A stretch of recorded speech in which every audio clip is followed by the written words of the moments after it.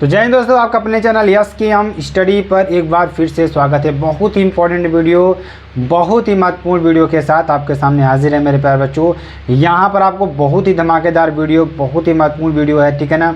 यहाँ पर हम बात करेंगे इंटरमीडिएट परीक्षा उत्तर प्रदेश की बात करेंगे और यहाँ पर परीक्षार्थी उत्तर पुस्तिका किसी भाग में अपना नाम नहीं लिखे। मतलब कहने का मतलब यहाँ पर हम भौतिक विज्ञान 2019 का जो का सेट नंबर 2 है ना, उसको हम सलूशन करने वाले हैं। ध्यान दीजिएगा, यहाँ पर 346 FT, ठीक है ना। तो ये आपको सॉल्व करने वाले हैं, जो कि आपके लिए बहुत ही इंपॉर्टेंट है, बहुत ही महत्वपूर्ण है। तो आज हम आपको बताएं कॉपी लिखने का तरीका, कॉपी कैसे लिखें कि अच्छा नंबर आपको मिल जाए, कॉपी को किस तरीके से, किस ढंग से हम व्यवस्थित करें, किस प्रश्न से हम प्रश्नों को करें कि हमें अच्छा से अच्छा नंबर मिले। तो सारी जानकारी आपको यहाँ पर मिलेगी। उससे पहले आप सबसे पहले ये जान लीजिए कि आपका मॉडल पेपर कैसा आएगा, कैसा रहेगा आपका मॉडल पेपर, ठीक है ना। यहाँ पर ध्यान दीजिएगा, प्रारंभ के 15 मिनट परीक्षार्थियों को प्रश्न पत्र पढ़ने के लिए निर्धारित है। जो प्रारंभ के 15 मिनट हैं आपको वो प्रश्न पत्र पढ़ने के लिए निर्धारित हैं। और आगे क्या कर रहा है, सभी प्रश्न आपके लिए करना अनिवार्य है, सभी प्रश्न आपके लिए करना अनिवार्य है। प्रश्न पत्र में 5 खंड है। इस प्रश्न पत्र में कितने खंड हैं? 5 खंड हैं। खंड अ, खंड ब, खंड स, खंड द और खंड य, ठीक है ना। खंड अ बहुविकल्पीय है तथा प्रत्येक प्रश्न 1 अंक के हैं, ठीक। हमारा मकसद आपको यह बताना है कि आपके क्वेश्चंस कितने प्रकार के आते हैं और कितने क्वेश्चंस आपके पूछे जा रहे हैं। वो सारे क्वेश्चंस को यहाँ पर हम आपको बताएंगे, ठीक है ना। और ध्यान दीजिएगा, खंड ब की बात करेंगे, अति लघुत्तरीय प्रश्न है, प्रत्येक प्रश्न आपके 1 अंक के होंगे। जो खंड ब है वो आपके अति लघुत्तरीय प्रश्न होंगे और प्रत्येक प्रश्न आपके 2 अंक के होंगे। खंड द की बात करेंगे, लघु उत्तरीय सेकंड प्रकार के प्रश्न होंगे और इसमें आपके प्रत्येक प्रश्न आपके 3 अंक के होंगे, ठीक। खंड य की बात करेंगे, इसमें विस्तृत उत्तरीय प्रश्न आपके होंगे जिसमें प्रत्येक प्रश्न आपके 5 अंक के हैं। इस खंड के चारों प्रश्नों में आंतरिक विकल्प का चयन प्रदान किया गया है। ऐसे प्रश्नों को में आपको दिए गए चयन में से केवल एक ही प्रश्न करना है, ठीक। चलिए अब ध्यान दीजिएगा, खंड अ की बात करते हैं। खंड अ में जो आपको क्वेश्चंस दिए गए, चलिए अब आपको कॉपी की तरफ ले जाते हैं। कॉपी आपके लिए देखिए, यहाँ पर आपको अनुक्रमांक डालना है, वो भी अंकों में। यहाँ पर आपको अनुक्रमांक डालना है किसमें? शब्दों में। यहाँ पर आपको विषय लिखना है भौतिक विज्ञान, ठीक है ना। और यहाँ पर प्रश्न पत्र आपको संख्या डाल देना है केवल, और यहाँ पर सेट का नंबर डाल देना है, ठीक है ना। इतना आपको करना है। परीक्षा का दिन, तिथि और केंद्र का नाम, इतना आपको सारी चीज़ों को भरना है। इसके बाद जो आपके कक्ष निरीक्षक होंगे उसके नीचे वो भरेंगे, आपको इसके आगे नहीं भरना है, ठीक है ना। तो ये चीज़ आपको ध्यान देना है, जो कि आपके लिए बहुत इंपॉर्टेंट और बहुत ही महत्वपूर्ण है, ठीक है ना। चलिए आगे आपको बताते हैं, ध्यान दीजिएगा, जो कि आपके लिए बहुत ही इंपॉर्टेंट और बहुत ही महत्वपूर्ण है। अब देखिए कॉपी कैसे लिखी जाएगी, इस तरीके से आपको लिखना है। खंड अ, प्रश्न संख्या नंबर 1 का क, ठीक है ना। इस तरीके से आपको पूरा लिखना है अच्छी तरीके से और समझना भी है, ठीक। तो इस तरीके से आपको लिखना है, जो कि आपके लिए बहुत ही इंपॉर्टेंट, बहुत ही महत्वपूर्ण है। खंड अ, प्रश्न संख्या नंबर 1 का क, ठीक है ना। एक 5 सेंटीमीटर त्रिज्या वाले क्वेश्चन, देखिए क्या कर रहा है आपको। क्वेश्चन इस तरीके से करना होगा, एक 5 सेंटीमीटर त्रिज्या वाले धातु के खोखले गोलीय सतह को इस प्रकार आवेशित किया जाता है कि इसके तल पर 10 वोल्ट का विभव हो, तो केंद्र पर विभव क्या होगा? केंद्र पर विभव क्या होगा? 0 वोल्ट। 10 वोल्ट वही विभव से जो तल से 5 सेंटीमीटर की दूरी पर, वही विभव जो तल से 25 सेंटीमीटर की दूरी पर हो, तो क्या होगा? चलिए इसके आंसर के बारे में जानते हैं। ध्यान दीजिएगा, एक आवेशित धातु के खोखले गोले के अंदर क्या कर रहा है? एक आवेशित धातु के खोखले गोले के अंदर विभव का मान स्थिर रहता होता है। जो विभव का मान है वो क्या होता है? स्थिर होता है, जबकि वैद्युत क्षेत्र शून्य होता है। जो वैद्युत क्षेत्र होता है ना, क्या होता है? शून्य होता है। अतः केंद्र पर विभव पृष्ठ के सतह के समान 10 वोल्ट होगा। जो केंद्र पर जो विभव होगा पृष्ठ के सतह के समान कितना होगा? 10 वोल्ट होता है, ठीक है ना। अगले क्वेश्चन की बात करते हैं, जो कि आपके लिए बहुत इंपॉर्टेंट, बहुत ही महत्वपूर्ण क्वेश्चन है, ठीक है ना। 1 के ख की बात करेंगे, जो कि आपके लिए very very most important question है। क्या कर रहा है कि एक 24 ओम प्रतिरोध वाले तार को, क्या कर रहा है?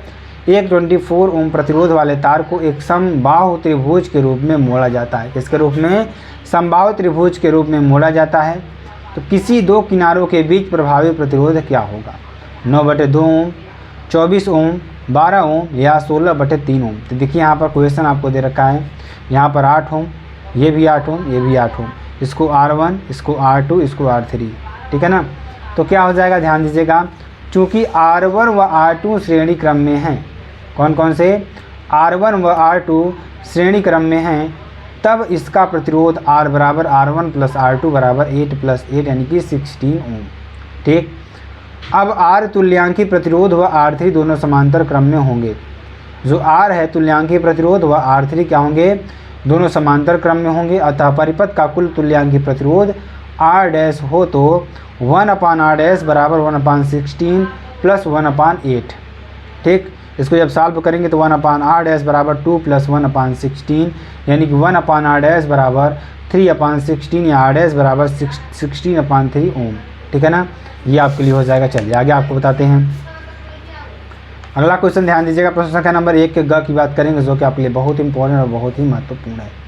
हेनरी प्रति मीटर का मात्रक क्या है, हेनरी प्रति मीटर का मात्रक क्या होता है, विद्युतशीलता किसका, यानी हेनरी प्रति मीटर का मात्रक है, इसका मात्रक क्या है, विद्युतशीलता का है, किसका मात्रक है, विद्युतशीलता का है, या चुंबकशीलता का है, या परावैद्युतांक का है, या स्वप्रेरकत्व का है। तो यहाँ आप देखेंगे L बराबर n स्क्वायर म्यू A/L से, जहाँ म्यू क्या है, म्यू R, म्यू 0 चुंबकशीलता का मात्रक और हेनरी प्रति मीटर होता है। तो आपको अच्छी तरीके से समझा रहे हैं और अच्छी तरीके से बता रहे हैं, एक एक क्वेश्चन का सलूशन आपको दे रहे हैं। तो बस आपको हमारे साथ जुड़े रहना और जल्दी से जल्दी क्या करिए, चैनल को करिए शेयर कर दीजिए, वीडियो को शेयर कर दीजिए और लाइक कर दीजिए।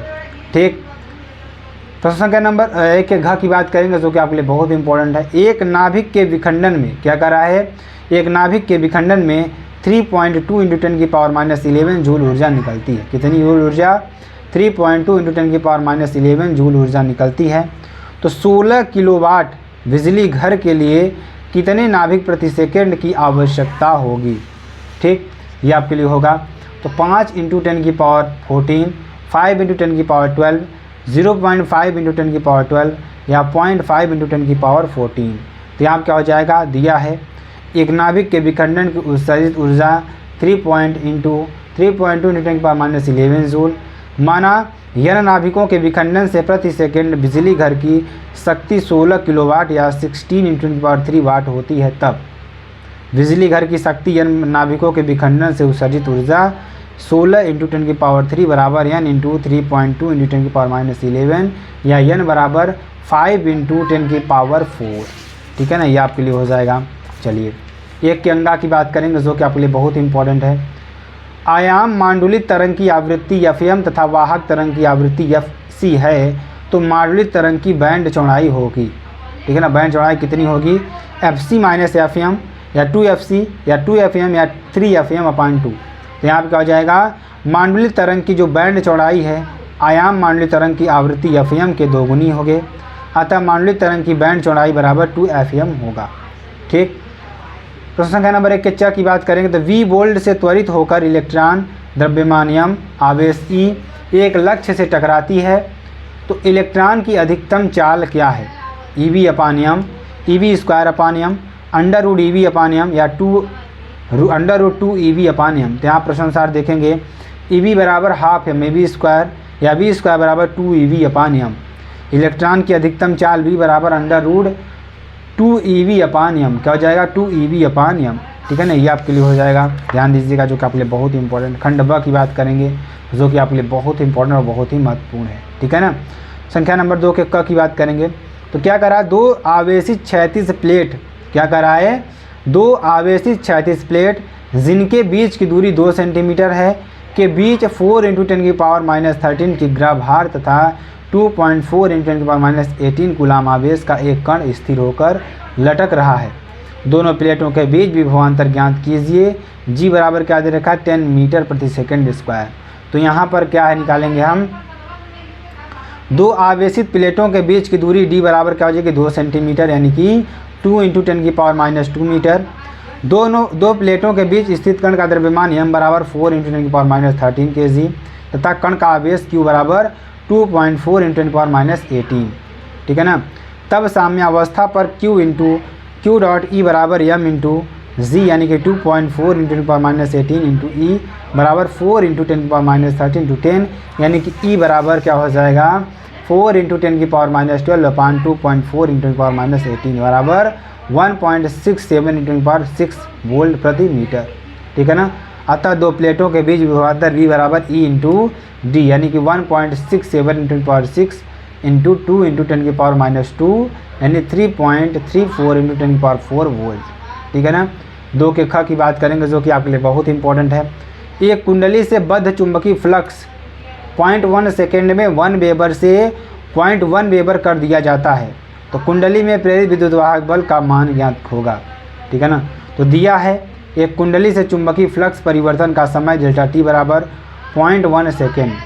क्या दिया है, एक कुंडली में चुंबकीय फ्लक्स परिवर्तन का जो समय है डेल्टा टी बराबर 0.1 सेकेंड, तथा कुंडली में कुल फ्लक्स परिवर्तन डेल्टा फाई बराबर φ2 - φ1, ठीक है ना। तो क्या हो जाएगा, ध्यान दीजिएगा, डेल्टा फाई बराबर 0.1 - 1 यानी कि -0.9 वेबर, ठीक है ना। कुंडली में प्रेरित विद्युत वाहक बल EMF बराबर minus delta phi upon delta T, यानी कि -0.9 अपान 0.1 यानी कि 9 वोल्ट, ठीक, ये हो जाएगा।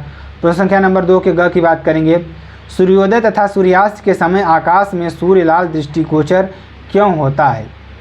सूर्योदय तथा सूर्यास्त के समय आकाश में सूर्य लाल दृष्टिगोचर क्यों होता है, ठीक है ना। चलिए, सूर्योदय तथा सूर्यास्त के समय सूर्य लाल दिखाई देता है क्योंकि लाल प्रकाश का प्रकीर्णन सबसे कम होता है, इसकी तरंगदैर्घ्य सबसे अधिक होती है, जिससे यह हमारी आंखों तक आसानी से पहुंच जाता है, ठीक है ना।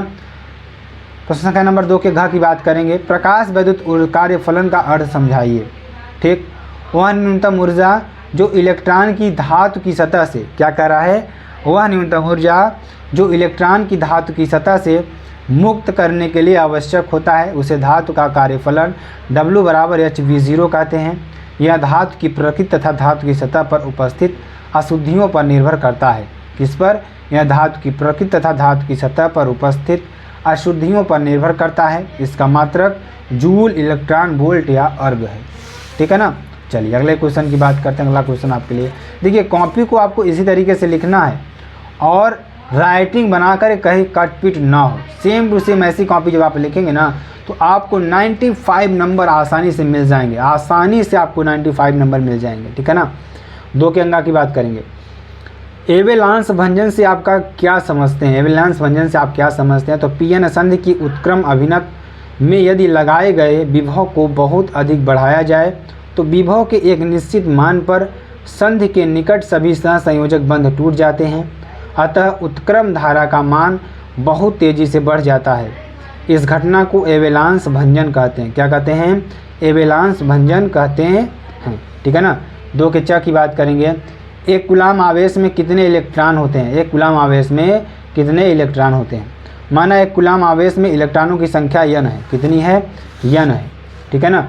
खंड स की बात करेंगे तो ध्यान दीजिएगा। 3 के क की बात करेंगे, ठीक है ना। बहुत ही इंपॉर्टेंट क्वेश्चन, बहुत ही महत्वपूर्ण क्वेश्चन। चलिए, परिपथ चित्र देते हुए एक पीएनपी ट्रांजिस्टर की क्रियाविधि समझाइए। क्या, परिपथ चित्र देते हुए एक पीएनपी ट्रांजिस्टर की क्रियाविधि समझाना है आपको। उत्सर्जक आधार संधि के अग्र अभिनत होने की स्थिति में, क्या करा, उत्सर्जक आधार संधि के अग्र अभिनत होने की स्थिति में पी क्षेत्र में उपस्थित कोटर आधार की ओर गति करते हैं, जबकि एन क्षेत्र में उपस्थित इलेक्ट्रॉन पी क्षेत्र की ओर गति करते हैं। आधार के बहुत पतला होने के कारण लगभग 98% कोटर इस पार करके संग्राहक एक पहुंच जाते हैं। लगभग 2% इलेक्ट्रॉन आधार में उपस्थित इलेक्ट्रॉनों में से संयोग करते हैं। इस स्थिति में बैटरी VEE के साथ VEE के साथ ऋण सिरे से एक नवजात इलेक्ट्रॉन निकलता है तथा आधार में प्रवेश करता है, जिसके कारण एक क्षीण धारा IB बहने लगती है। कोटर संग्राहक में प्रवेश कर जाते हैं उत्क्रम अभिनत, ठीक है ना। अब ध्यान दीजिएगा, उत्क्रम अभिनत के कारण टर्मिनल विभवांतर C पर पहुंच जाते हैं। इस स्थिति में बैटरी VCC में इलेक्ट्रॉन आकर इससे उदासीन कर देता है। इस स्थिति में धारा IC बहती है, तो धाराएं IB तथा IC मिलकर निर्गत धारा IE बनाती हैं, अर्थात IE बराबर IB प्लस IC, ठीक है ना। तो यहाँ पर क्या हो जाएगा, PNP ट्रांजिस्टर, ठीक है ना। ये आपका हो जाएगा PNP, ये आपका डायोड के रूप में है, टर्मिनल के रूप में है, और ये आपका पूरा PNP ट्रांजिस्टर कैसे कार्य करता है। यहाँ पर एक माइनस लगा, यहाँ पर प्लस लगा, यहाँ से करंट निकलेगी इस पर जाएगी और यहाँ से करंट निकलेगी यहाँ तक जाएगी, ठीक है ना। तो इस तरीके से आपको बनता है, ठीक है ना। पीएनपी ट्रांजिस्टर आपको बना लेना है, जो आपके लिए बहुत इंपॉर्टेंट और बहुत ही महत्वपूर्ण है। दिन के ख की बात करेंगे तो हाइड्रोजन परमाणु की नवीं कक्षा में क्या करा है, हाइड्रोजन परमाणु की नवीं कक्षा में इलेक्ट्रॉन की ऊर्जा का सूत्र लिखिए, इसके आयनन विभव तथा प्रथम उत्तेजन ऊर्जा का मान भी लिखिए, ठीक है ना। तो हाइड्रोजन परमाणु की 9वीं कक्षा के लिए इलेक्ट्रॉन की ऊर्जा En बराबर mz² e⁴/8 e⁴0² h² यानी 1/n²। हाइड्रोजन परमाणु के लिए z बराबर 1, अतः 9वीं कक्षा इलेक्ट्रॉन की ऊर्जा En बराबर -me⁴/8 e⁴0² h² × 1/n², यानी कि En बराबर -13.6/n², ठीक है ना। ये आपके लिए हो जाएगा। चलिए अगला क्वेश्चन की बात करते हैं। अतः हाइड्रोजन परमाणु को यदि निम्नतम अथवा मूल में +13.6 इलेक्ट्रॉन वोल्ट ऊर्जा बाहर से दे दी जाए तो परमाणु का कुल ऊर्जा -13.6 electron volt plus 13.6 electron volt बराबर 0 हो जाएगा, अर्थात परमाणु आयनित अवस्था में पहुंच जाएगा। यही विभव 13.6 इलेक्ट्रॉन वोल्ट हाइड्रोजन परमाणु का आयनन विभव तथा उत्तेजन विभव कहलाता है, ठीक है ना। चलिए 3 के ग की बात करेंगे। यदि प्रिज्म का कोण तथा न्यूनतम विचलन कोण बराबर है तो प्रिज्म के पदार्थ का अपवर्तनांक ज्ञात कीजिए, ठीक। माना यदि प्रिज्म का कोण A तथा अल्पतम विचलन कोण Δm हो तब प्रिज्म के पदार्थ का अपवर्तनांक n बराबर sine A plus Δm/2 sin A/2। प्रश्नानुसार यदि प्रिज्म कोण तथा न्यूनतम विचलन कोण बराबर है तब Δm बराबर A, अतः प्रिज्म के पदार्थ का अपवर्तनांक n बराबर साइन A प्लस A/A/2 बराबर साइन 2A/2 sin A/2, यानी कि n बराबर 2 sin A/2 × cos A/2 sin A/2 बराबर 2 cos A/2, ठीक है ना। 3 के घ की बात करेंगे। एक पारदर्शी माध्यम पर आपतित प्रकाश परावर्तन के बाद पूर्णतः ध्रुवित हो जाता है। यदि माध्यम का ध्रुवण कोण 60 डिग्री है तो अपवर्तन कोण का मान ज्ञात कीजिए तथा माध्यम का अपवर्तनांक भी ज्ञात कीजिए।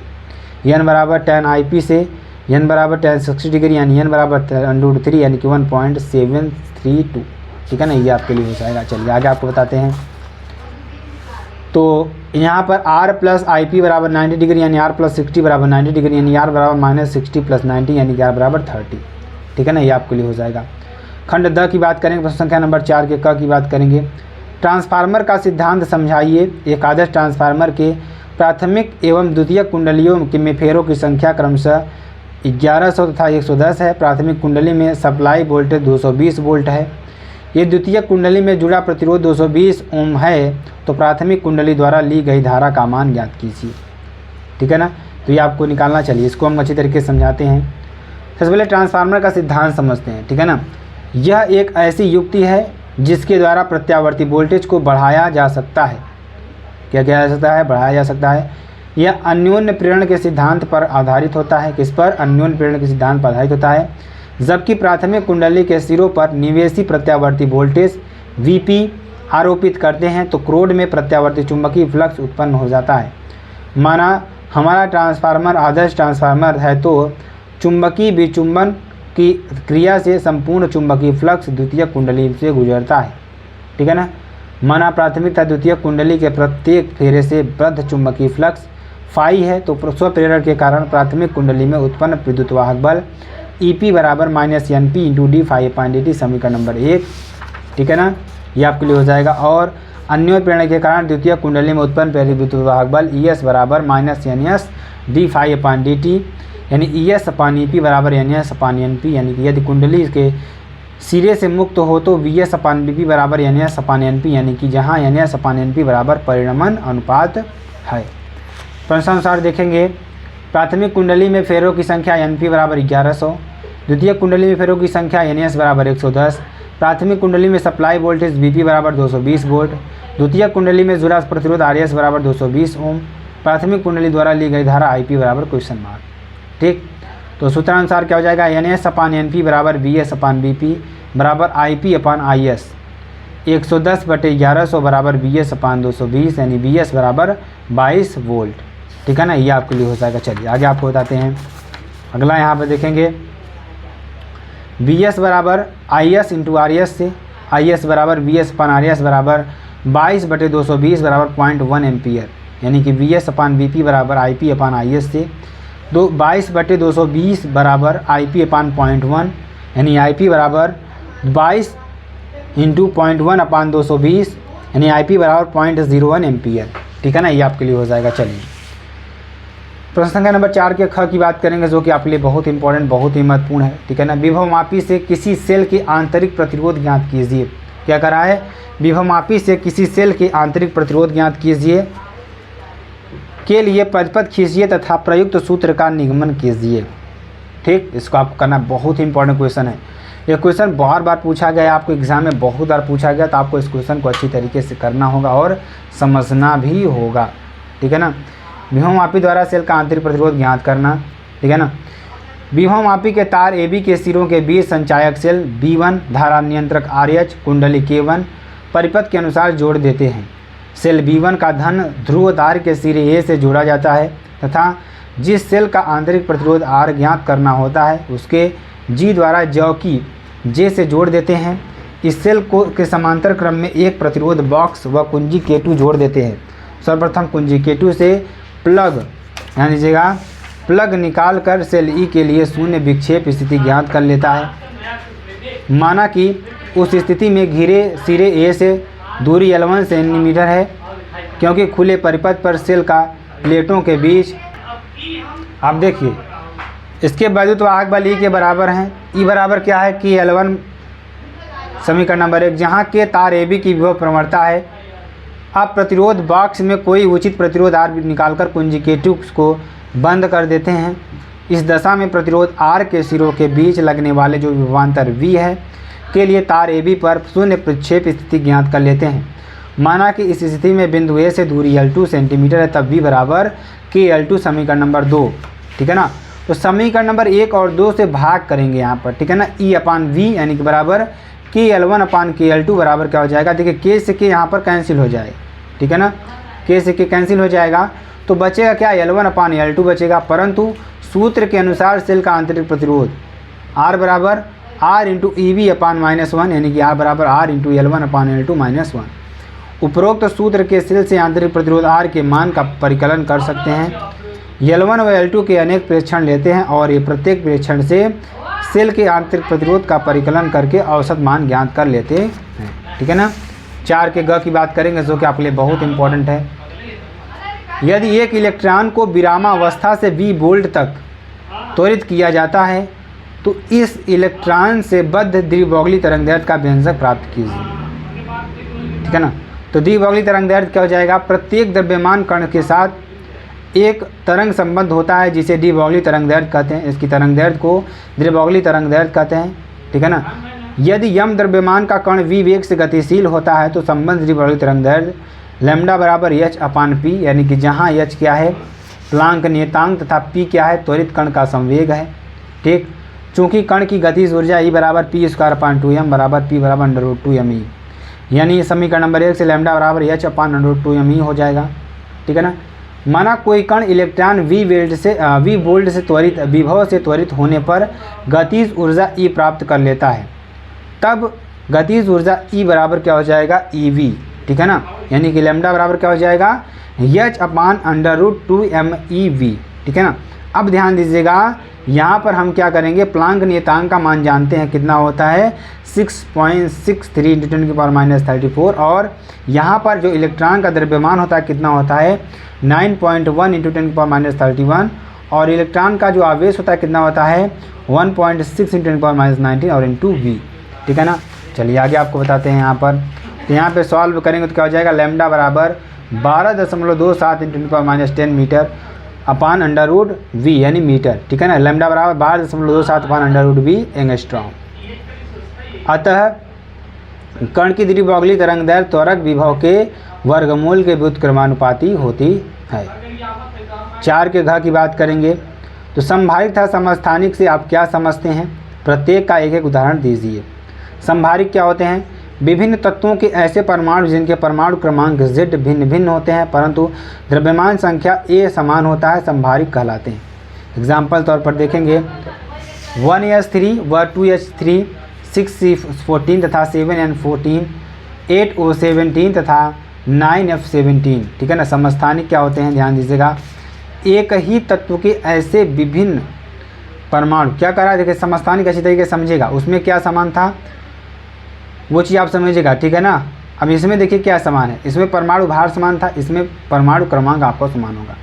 यानी कि किसी एक तत्व के ऐसे विभिन्न परमाणु जिनके नाभिकों में प्रोटॉनों की संख्या समान परंतु न्यूट्रॉनों की संख्या भिन्न भिन्न होता है, समस्थानिक कहलाते हैं। अर्थात एक ही तत्व के ऐसे परमाणु, ध्यान दीजिएगा क्या करा है, अर्थात एक ही तत्व के ऐसे परमाणु जिनके परमाणु क्रमांक Z समान होते हैं परंतु परमाणु भार A भिन्न भिन्न होते हैं, समस्थानिक कहलाते हैं, ठीक है ना। तो ये आपको लिख लेना है। चलिए अगले क्वेश्चन की बात करेंगे, 4 के अंगा की बात करेंगे। बहुत इंपॉर्टेंट क्वेश्चन, बहुत ही महत्वपूर्ण क्वेश्चन आपके लिए भी है। नति कोण की परिभाषा दीजिए। किसी स्थान पर पृथ्वी के चुंबकीय क्षेत्र की तीव्रता के क्षैतिज घटक तथा ऊर्ध्वाधर घटक के मान क्रमशः 0.3 × 10⁻14 वेबर प्रति मीटर तथा 3 × 10⁻5 वेबर प्रति मीटर हो तो उस स्थान पर पृथ्वी के संपूर्ण चुंबकीय क्षेत्र की तीव्रता तथा नति कोण ज्ञात कीजिए, ठीक है ना। चलिए नति कोण अथवा नमन कोण की बात करेंगे।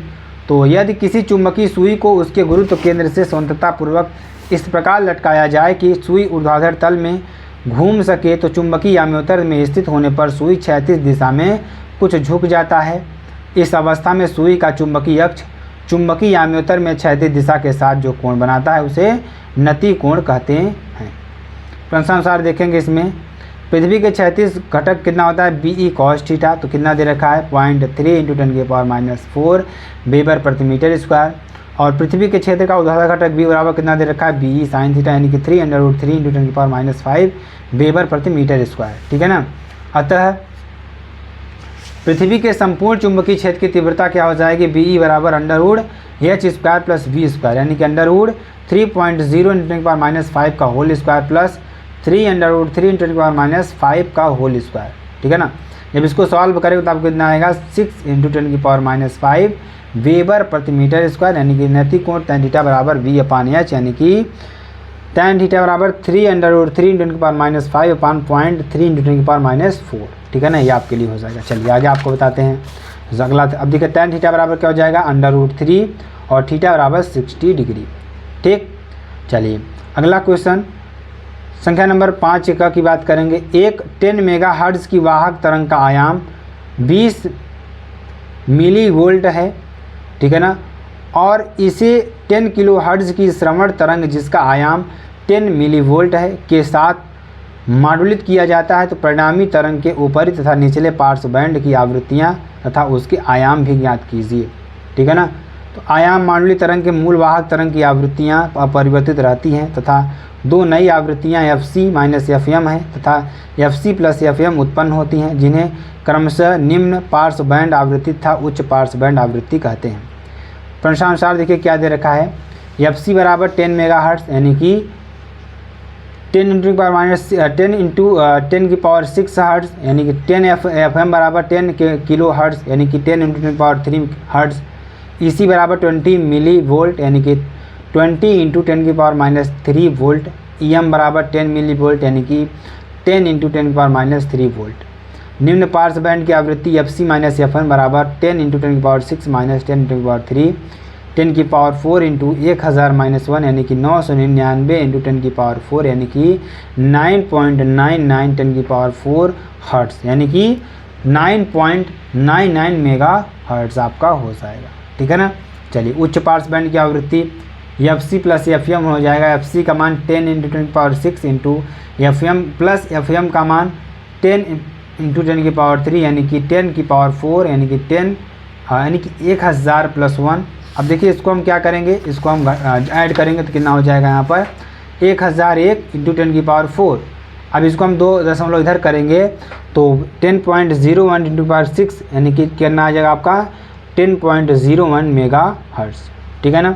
चलिए पार्श्व बैंड आवृत्तियों के आयाम E बराबर कितना हो जाएगा MAEC/2, यानी कि EM बराबर MA होता है, तो यानी कि E बराबर EM/2, ठीक है ना। तो क्या हो जाएगा यहाँ पर E बराबर 10/2 यानी कि 5 मिली वोल्ट। ठीक है ना। अगला क्वेश्चन की बात करें, अगला क्वेश्चन देखिए क्या है। संख्या नंबर 5 की बात करेंगे तो 1 ओम प्रतिरोध तथा 0.1 हेनरी प्रतिरोध के श्रेणी परिपथ से 200 वोल्ट का प्रत्यावर्ती धारा लाइन जुड़ी है जिसकी आवृत्ति 50 हर्ट्ज है। परिपथ का प्रतिघात XL, प्रतिबाधा Z तथा परिपथ में धारा I के मान ज्ञात कीजिए। तो आपको ये निकाल लेना अच्छी तरीके से, यहाँ पर आपको पूरा लिख लेना है। ठीक है ना। इसको स्क्रीनशॉट कर लेना अच्छी तरीके से। चलिए आगे इसको भी आपको कर लेना, क्योंकि इसमें कुछ ज़्यादा है नहीं, फार्मूला लगाना है और थोड़ा आपको कैलकुलेशन करनी है, आपका आ जाएगा। ठीक है ना। चलिए अगले क्वेश्चन की बात करते हैं। 5 ग की बात करेंगे। एक प्रत्यावर्ती संधारित्र को 200 वोल्ट बैटरी से जोड़ा गया है। ये संधारित्र की धारिता 10 माइक्रोफैरड से बदलकर 2 माइक्रोफैरड कर दी जाए तो ऊर्जा में परिवर्तन ज्ञात कीजिए।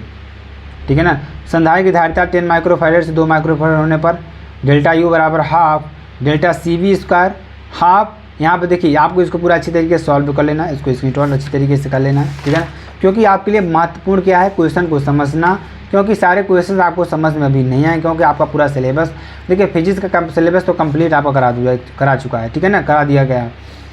क्वेश्चन क्या है, हाइगेंस के तृतीयक तरंगिकाओं के सिद्धांत था तरंगों के अपवर्तन की व्याख्या कीजिए। आपको कर लेना है, जो कि आपके लिए बहुत इंपॉर्टेंट है।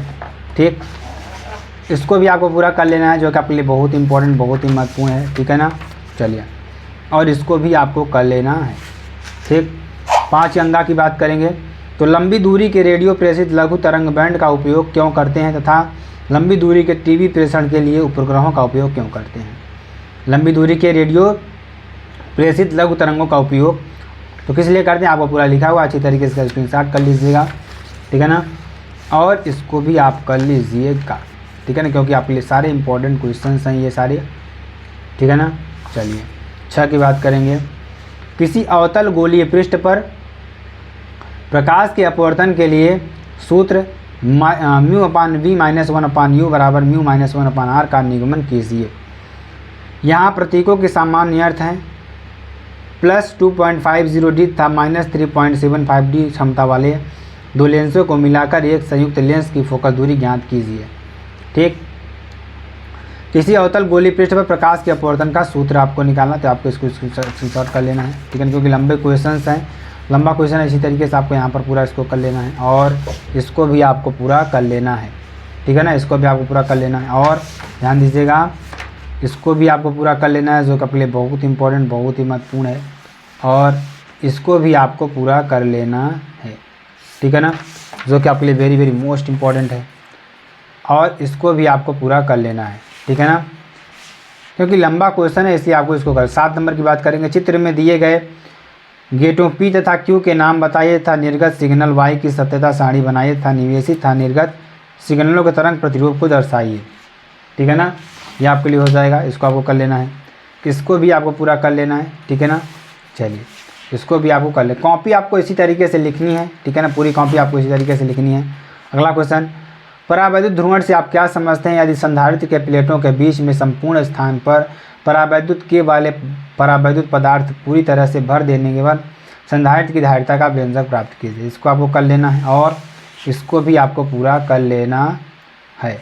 ठीक है ना, ये चीज़ आपको कर लेना है। चलिए इसको भी आपको पूरा कर लेना है, जो कि आपके लिए वेरी वेरी मोस्ट इंपॉर्टेंट है। इसको भी आपको पूरा स्क्रीनशॉट कर लेना है। ठीक है ना, क्योंकि लंबे क्वेश्चंस हैं सारे आपके लिए। ठीक है ना, इसको भी आपको पूरा कर लेना है। ठीक, अगले क्वेश्चन की बात करते हैं। अगला क्वेश्चन क्या है कि एम्पियर का परिपथीय नियम क्या है। इसकी सहायता से एक धारावाही रुजुकी लंबे चालक के कारण किसी बिंदु पर उत्पन्न चुंबकीय क्षेत्र के लिए व्यंजक प्राप्त कीजिए। एक लंबे सीधे तार में 10 एम्पियर वैद्युत धारा प्रवाहित हो रही है, तो इससे 10 सेंटीमीटर दूरी पर स्थित बिंदु पर, ठीक है ना, क्या निकालना है, ध्यान दीजिएगा, यहाँ पर उत्पन्न चुंबकीय क्षेत्र की तीव्रता ज्ञात कीजिए। ठीक है ना, इसको आपको अच्छी तरीके से कर लेना है, जो कि आपके लिए बहुत इंपॉर्टेंट है। इसको भी आपको पूरा कर लेना है। ठीक है ना, चलिए आगे आपको बताते हैं, जो कि आपके लिए वेरी वेरी मोस्ट इंपॉर्टेंट है। यहाँ पर आपको इसको भी पूरा कर लेना है। ठीक है ना, इसको भी आपको कर लेना है। तो मेरे बारे जो पूरा हमारा पेपर था आपके लिए, जो आपके लिए बहुत इंपॉर्टेंट, बहुत ही महत्वपूर्ण है। तो फिर मिलते हैं नेक्स्ट वीडियो में नया टॉपिक के साथ। तब तक के लिए जय हिंद, जय Bharat, bye bye, take care.